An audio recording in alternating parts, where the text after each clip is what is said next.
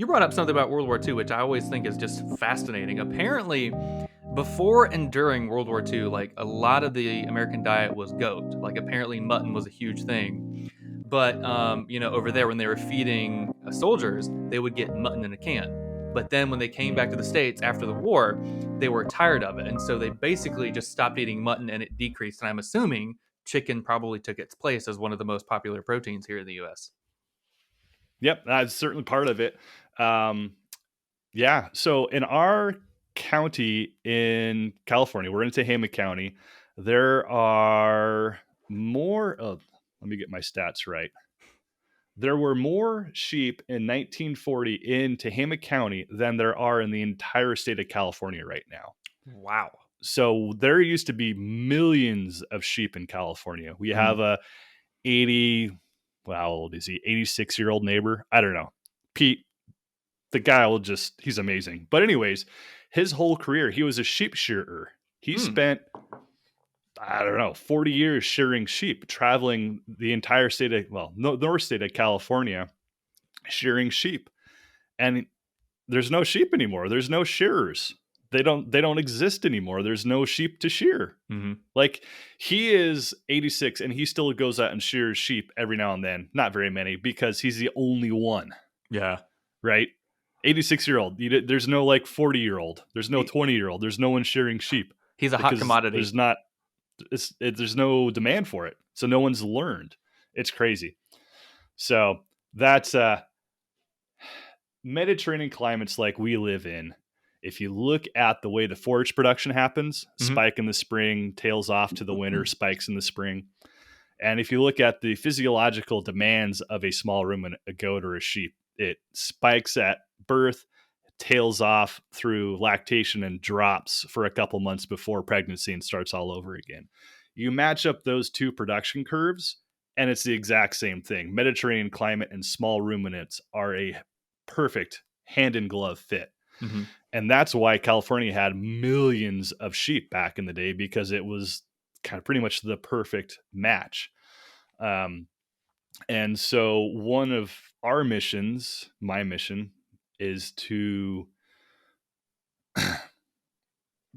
Okay, so I call it, this is like my meat case story. Yeah. That if you're in Florida, go out to your meat case. In Florida, you'll probably see more seafood than I would see. But by and large, you're going to see the exact same meat case than I see here in California, right? It's going to be a lot of beef, a lot of chicken, some pork, and hardly any lamb or goat, right? That's what I see here in California.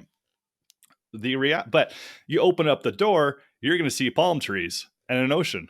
I mean, I'm not in the part of California that has an ocean. I'm going to open up my door. I'm going to see valley oaks and hills and shrubland and brush. Why the heck are those two meat cases looking the exact same? Mm-hmm. Instead of mimicking their environment, the region that they're in. Right. Yeah.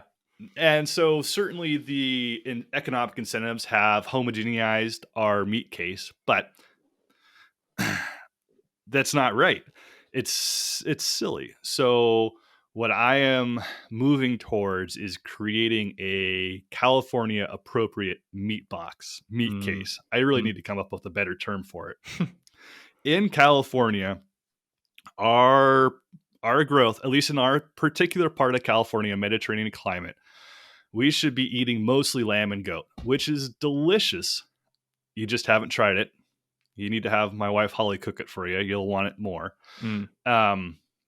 And you probably have heard, California's had 5 of the 10 largest wildfires have happened in the past 5 years or something like that. Yeah, we are burning like crazy, people.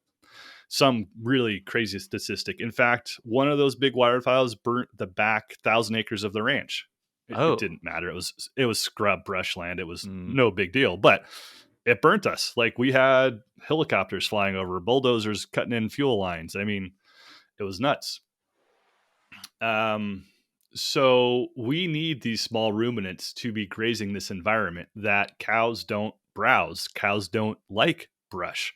Goats and sheep in round numbers do.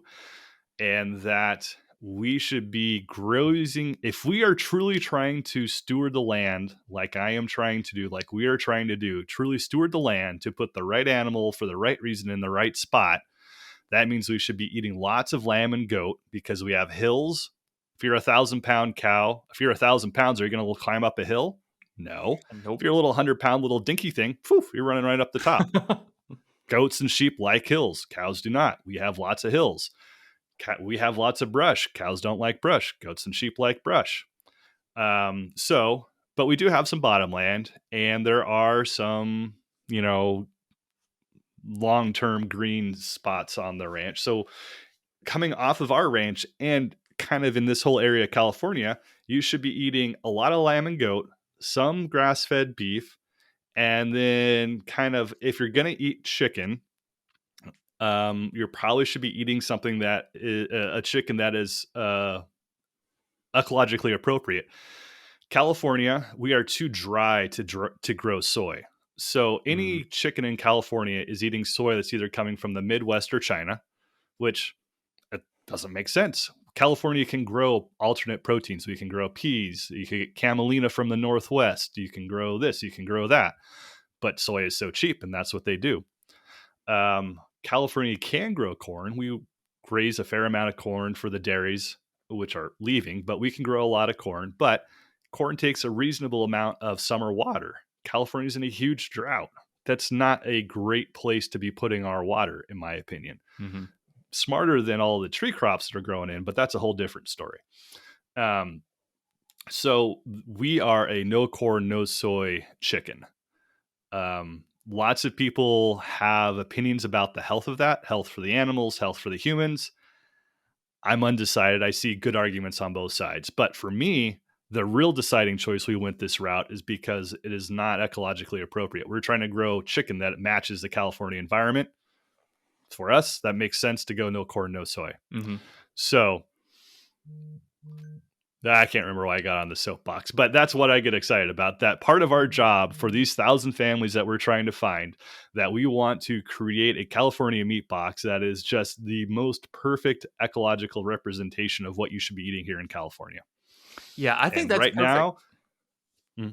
Sorry, go ahead. Yeah, right now we do a great job doing chicken. We do an amazing job with the chicken, and we've done goat and lamb in the past. We're going to get into that in the spring of 23 if things go well. We've got some beef still kicking around, so by next spring, summer, you're going to open up our beef box from Big Bluff Ranch if you're in California, and it'd be like, wow, I got awesome chicken, I got lamb, I got goat, I got beef. This is amazing. This is a perfect box. Yes, this is everything I wanted. And it's very, like you were saying, ecologically focused on California.